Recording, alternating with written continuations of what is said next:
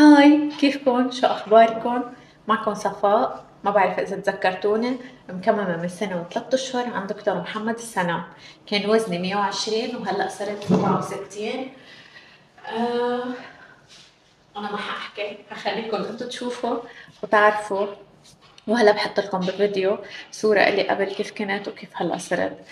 آه بدي أرجع عيد الكلام بإنه ما تخافوا من العملية، ما تخافوا بإنكم تبلشوا حياة جديدة، ما تخافوا بإنكم تخطوا هاي الخطوة، لأنه هي أنسب خطوة إلكم تعملوها لتحبوا حالكم، لترجعوا الثقة بحالكم، لتكونوا مرتاحين من كل الأمراض اللي ممكن تجيكم من وراء الوزن الزايد.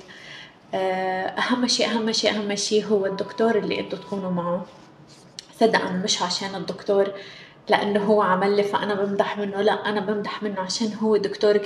قطش الفيديو. فبرجع بقولكم انه اهم شيء الدكتور يلي انتو تعملوا عنده العملية تكونوا واثقين فيه، يكون انسان منه حدا مادي، منه تجاري، منه داير على الشهرة او داير على انه يعمل دعايات وقصص وهيك. انا دايما بضل فوت عند الدكتور بتشكره، بقول له انا بتشكرك كتير عشان انت غيرت لي حياتي، عشان انت ساعدتني لحتى انا ارجع احب حالي. يعني ليكو انا بتذكر وقتها كنت بالحرب انا قايلت لكم انه انا من لبنان. حكاني الدكتور وقال لي صفاء طمنيني عنك، اخبارك، يعني عامله ايه وهيك. قلت له دكتور انا صرت وزن كذا وصرت هيك. قام قال لي الدكتور انا ماني عم بسالك عن الوزن والعمليه صفاء، انا عم بطمن عليكي انت كيفك بالحرب، ان شاء الله منك عايزه شيء، ان شاء الله منه في عليكي خطر. فانا حسيت قد ايه هو انسان، آه انسان كتير منيح، قد ايه انسان. عن جد شكرا، عن جد شكرا. فأنا إذا بدي ضلني أحكي عن دكتور محمد وعن تجربتي معه للدكتور ما حخلص حكي.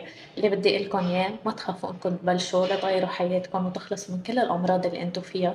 أنا هلا هحط لكم صور كيف كنت وكيف صرت. أنا تخلصت من بداية ديسك، كنت أعاني من بداية ديسك. أنا عمري كان 28 سنة، ما بقدر وطي ألبس شوز، وين ما بروح ما بقدر اشتري تياب مناقيسي، صار قياسي سمول ميديوم. هيدا انا ما شفته بحياتي.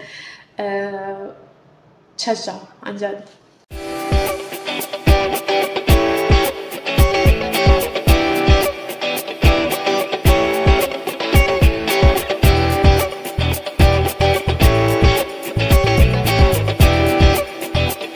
بالتوفيق لكم جميعا، وإن شاء الله كل حدا بيوصل للمرحلة اللي هو بيكون متصالح مع نفسه، بحب حاله، ما بيعاني من أمراض، جسمه رياضي وحياة صحية سليمة، بدون أوجاع، بدون أمراض، بدون آه تنمر اللي بيتنمروا علينا، الله لا يسامحهم.